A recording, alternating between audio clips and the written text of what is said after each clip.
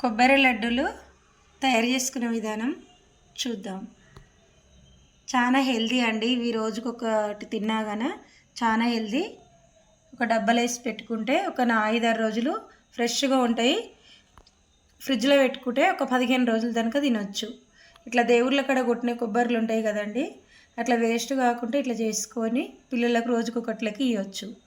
చాలా హెల్దీ లడ్డు అండి. ఒకటి హాయ్ అండి, ఈరోజు పచ్చి కొబ్బరి లడ్డు కట్టుకునే విధానం చూద్దామండి. అందుకు ఈ కొబ్బరి చిప్పలు తీసుకొని ఇప్పుడు తురుముకుందామండి. ఇట్లా కట్ చేసుకొని ఇప్పుడు ప్రీతి చోడియా మిక్సీలో వేసుకుందామండి తురుముకోవడానికి.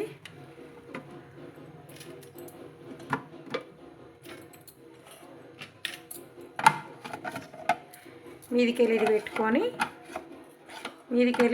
ఇది పెట్టుకోవాలండి. పెట్టుకొని తురుముకుందాం. ఇప్పుడు ప్రీతి జోడియాలో కొబ్బరి తురుము పట్టుకున్నానండి.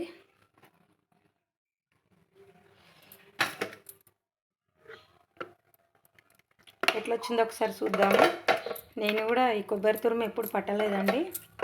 క్యారెట్ తురుము గిన పట్టినా కానీ ఇట్లా వచ్చిందండి.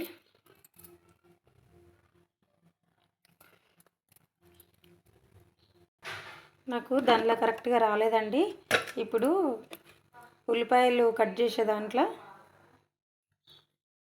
మళ్ళీ ఒకసారి మిక్సీ పట్టుకున్న చాపర్ తోటి. ఈ చాపర్ తోటి పట్టుకున్నాండి. సన్నగా వచ్చింది. ఇది వెజిటేబుల్ కట్ చేసే చాపర్.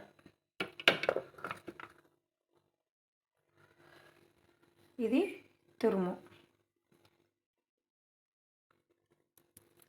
ఇప్పుడు కొబ్బరి లడ్డూలు కట్టుకుందాం.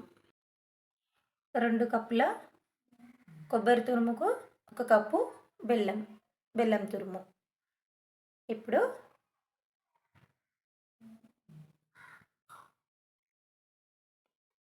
స్టవ్ వెలిగించి ఒక కడాయి పెట్టి కడాయిలో ఒక 2 స్పూన్లంతా నెయ్యి వేసుకోవాలి.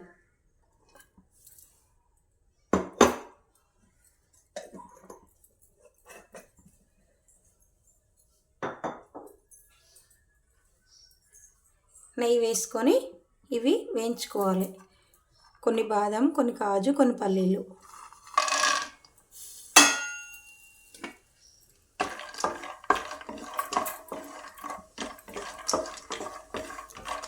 కొబ్బరి లడ్డూలలో మరింత రుచిగా, టేస్ట్గా, హెల్దీగా ఉండడానికి ఇవి కలుపుకుంటున్నాను.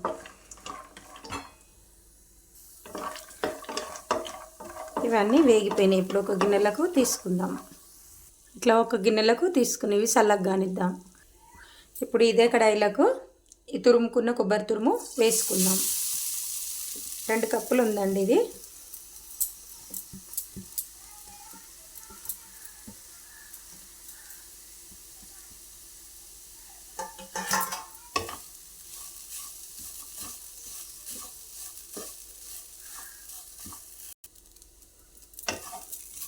ఇట్లా కొబ్బరి కొంచెం వేడెక్కినాక ఇప్పుడు తురుముకున్నది ఇది ఉండ బెల్లం అండి.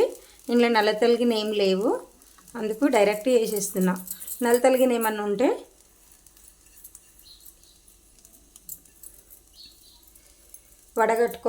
కరిగించుకొని వడగట్టుకొని తీసుకోవాలి. నాకేం లేవు కాబట్టి అట్లనే తీసుకుంటున్నా.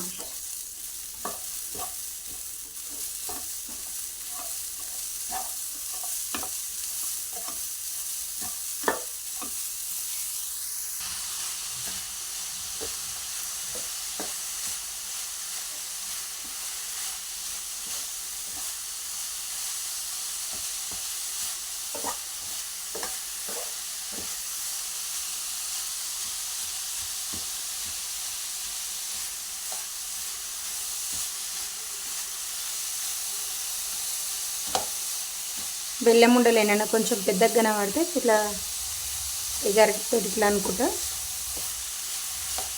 కలుపుకోవాలండి.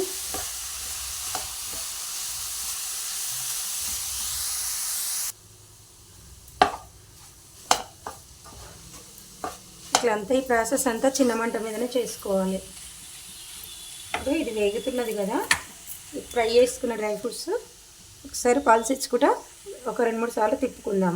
ఇప్పుడు ఇంట్లోనే ఒక 5 ఇలాచి. ఇది వేగిపోయిందండి. ఇగో ఫ్యాన్కి వెళ్ళి సపరేట్ అయింది కదా. ఇగో నీరు ఏం లేకుండా ఇట్లా వేగిపోయింది. ఇప్పుడు వేగినట్టు అర్థం. అట్లా కాదని అనుకుంటే కొంచెం ఇట్లా తీసుకొని ఇట్లా ముద్దకు వచ్చిందా లేదా చూసుకోవాలి. ఇగో వచ్చింది కదా. ఇప్పుడు పల్లీలు, కాజు, బాదం, ఇలాచి ఇట్లా పలసిచ్చుకుంటే తిప్పుకున్నానండి. దీనిలో వేసుకోవాలి.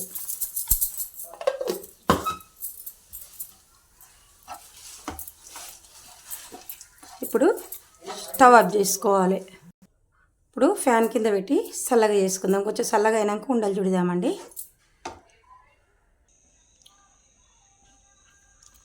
ఇప్పుడు చల్లగా అయినాక ఇట్లా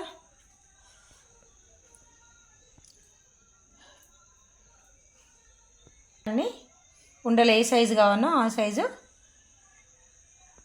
కట్టుకోవాలి.